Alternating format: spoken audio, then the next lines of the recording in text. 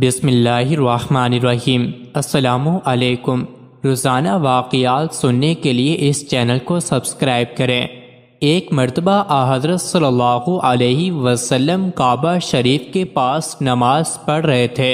جب سجدے میں گئے تو ابو جہل نے مواقع کو غنیمت سمجھ کر ارادہ کیا کہ آپ صلی اللہ علیہ وسلم کا سر مبارک کچل ڈالے، مگر اگر دشمن قوی ہے تو نگہبان اس سے زیادہ قوی ہے۔ جب پتھر لے کر آپ صلی اللہ علیہ وسلم کے قریب پہنچتا ہے تو ہاتھ کانپ جاتے ہیں، پھر ہاتھ سے گر جاتا ہے، رنگ فق ہو جاتا ہے اور بھاگ کر اپنی جماعت کے پاس آتا ہے اور کہتا ہے کہ جب میں نے آپ صلی اللہ علیہ وسلم کے سر کی جانب ہاتھ بڑھانے کا ارادہ کیا تو ایک عجیب وضع کا اونٹ منہ کھولے ہوئے میری طرف جھپٹا اور قریب تھا کہ مجھے کھا جائے۔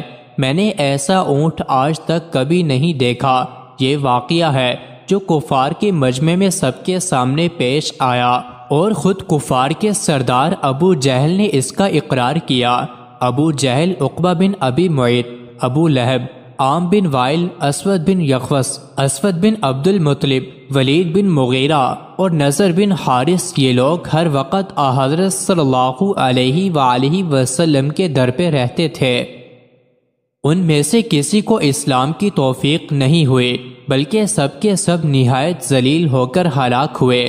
کچھ غزوہ بدر میں تلوار کے گھاٹ اور کچھ نہایت سخت امراض میں گل سڑ کر مر گئے۔ جب کفار قریش نے دیکھ لیا کہ یہ تدبیر بھی کارگر نہیں ہوتی تو سب نے مشورہ کر کے یہ طے کیا کہ وہ اپنے سب سے زیادہ چلاک سردار عتبہ بن ربیعہ کو آپ صلی اللہ علیہ وآلہ وسلم کے پاس بھیجیں تاکہ وہ آپ صلی اللہ علیہ وآلہ وسلم کو ہر قسم کی دنیاوی طمع دلائے۔ شاید اس تدبیر سے آپ اپنے دعوے میں خاموش ہو بیٹھیں۔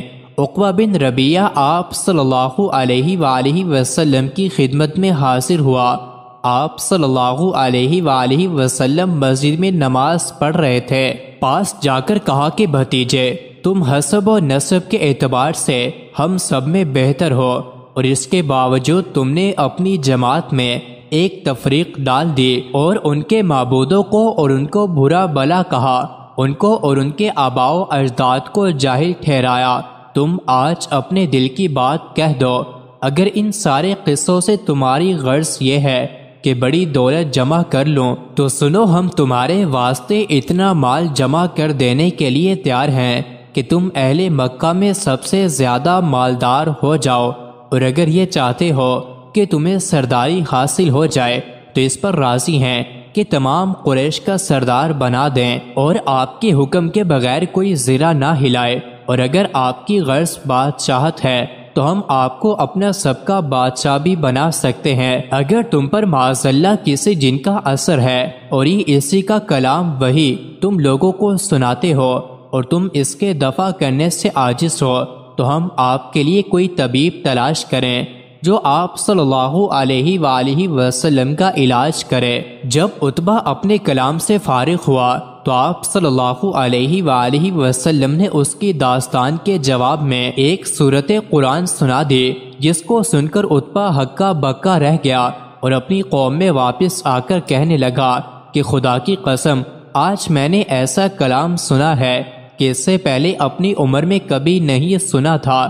خدا کی قسم، نہ وہ شعر ہے، نہ نجومیوں کا کلام ہے اور نہ سحر۔ میری رائے یہ ہے کہ تم سب اس شخص حضرت صلی اللہ علیہ وسلم کی اعزاز سے باز آؤ، کیونکہ ان کا جو کلام میں نے سنا ہے واللہ ان کی شان عظیم ظاہر ہونے والی ہے۔ میں تمہارا خیر خواہ ہوں، تم میری بات مانو اور زیادہ نہیں تو کچھ دنوں انتظار کرو۔ اگر عرب ان پر غالب آ گئے تو تم مفت میں اس تکلیف سے نجات پاؤ گے، اور اگر وہ عرب پر غالب آ گئے تو ان کی عزت ہماری ہی عزت ہے، کیونکہ وہ ہمارے ہی قبیلہ سے ہیں۔ قریش اپنے سب سے زیادہ ہوشیار سردار کی یہ باتیں سن کر حیرت میں رہ گئے اور یہ کہہ کر جان چھڑائی کہ اس پر محمد صلی اللہ علیہ وآلہ وسلم نے جادو کر دیا ہے۔ جب قریش کا کوئی ہیلا کارگر نہ ہوا تو اب نبی کریم صلی اللہ علیہ وسلم کے ساتھ آپ صلی اللہ علیہ وسلم کے صحابہ کرام اور متعلقین و اقربا کو بھی ستانا اور طرح طرح کی ایذائیں دینا شروع کیں۔ حضرت بلال وغیرہ صحابہ کو سخت ایذائیں دی گئیں۔ حضرت عمار بن یاسر کی والدہ ماجدہ اسی بنا پر نہایت دردناک طریقے سے شہید کی گئی، اور یہ سب سے پہلا واقعہ شہادت ہے جو اسلام میں پیش آیا۔ مزید ایسے ہی ویڈیوز کے لیے چینل کو ضرور سبسکرائب کریں۔